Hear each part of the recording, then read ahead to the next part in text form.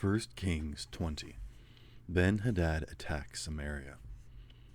Ben-Hadad brought his whole army together. He was king of Aram. He went up to Samaria. He took 32 kings and their horses and chariots with him.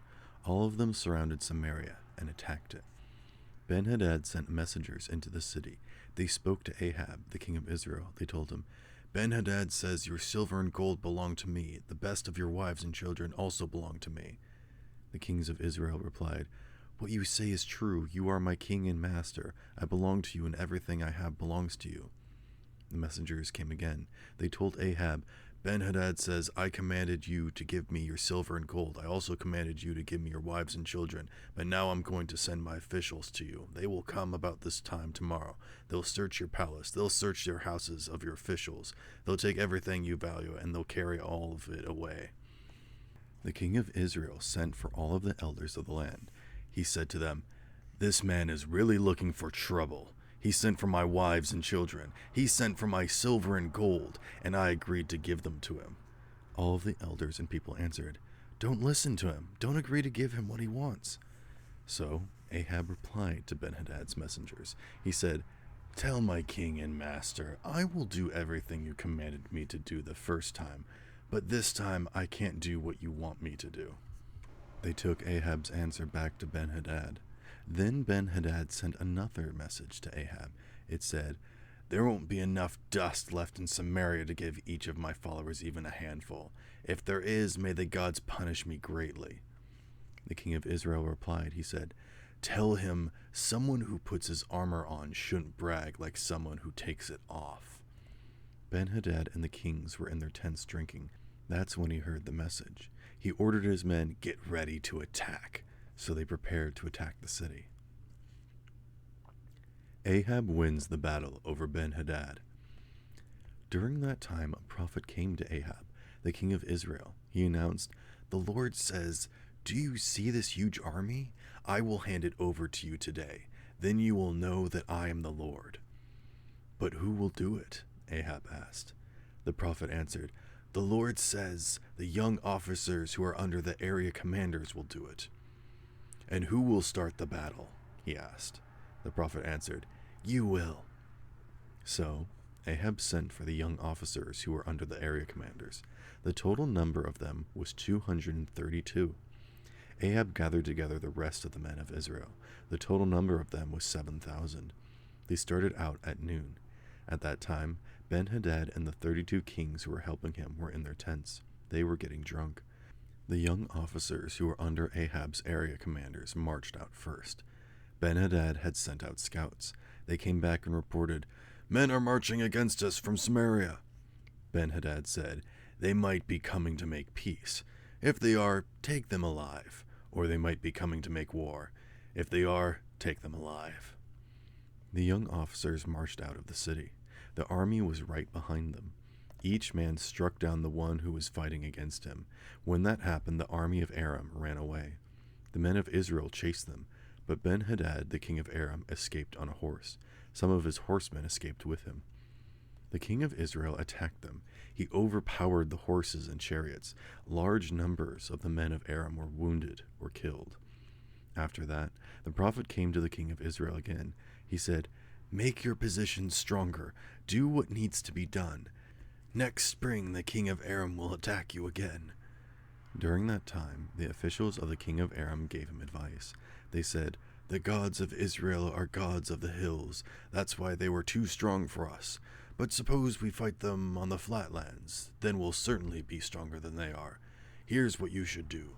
Don't let any of the kings continue as military leaders. Have other officers take their places. You must also put another army together. It should be just like the one you lost. It should have the same number of horses and chariots. Then we'll be able to fight against Israel on the flatlands, and we'll certainly be stronger than they are." Ben-Hadad agreed with their advice. He did what they suggested. The next spring, Ben-Hadad brought together the men of Aram. They went up to the city of Aphek to fight against Israel. The men of Israel were also brought together.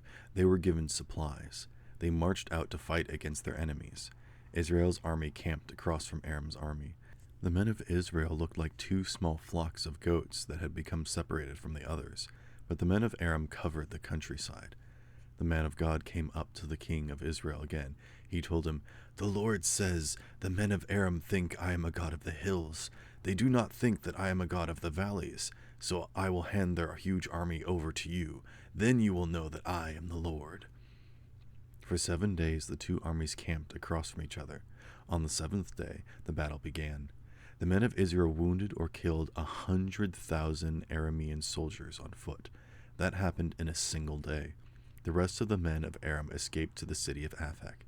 Its wall fell down on 27,000 of them. Ben-Hadad ran to the city. He hid in a secret room.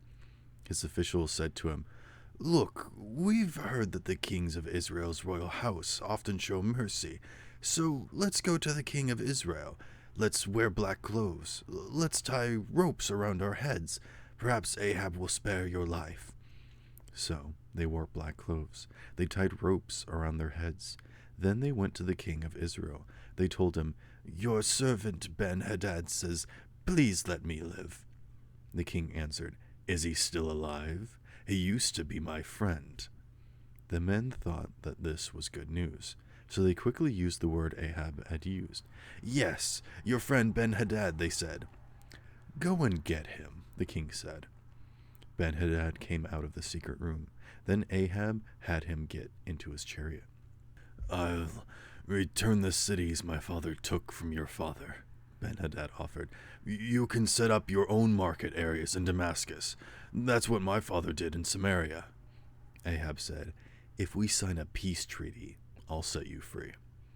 So he made a treaty with him. Then Ahab let him go. A prophet brings charges against Ahab. There was a group that was called a company of the prophets. A message from the Lord came to one of their members. He said to his companion, "Strike me down with your weapon." But the man wouldn't do it. The prophet said, "You haven't obeyed the Lord, so as soon as you leave me, a lion will kill you." The companion went away, and a lion found him and killed him. The prophet found another man. He said, "Please strike me down." So the man struck him down and wounded him. Then the prophet went and stood by the road. He waited for the king to come by. He pulled his headband down over his eyes so no one would recognize him. The king passed by. Then the prophet called out to him. He said, "I went into the middle of the battle. Someone came to me with a prisoner. He said, 'Guard this man, don't let him get away. If he does, you will pay for his life with yours, or you can pay 75 pounds of silver.' While I was busy here and there, the man disappeared." "That's your sentence," the king of Israel told him. "You have said so yourself." Then the prophet quickly removed the headband from his eyes. The king of Israel recognized him as one of the prophets. He told the king, "The Lord says, you have set a man free, but I have said that he should be set apart to the Lord in a special way to be destroyed. So you must pay for his life with yours. You must pay for his people's lives with the lives of your people." The king of Israel was angry. He was in a bad mood. He went back to his palace in Samaria.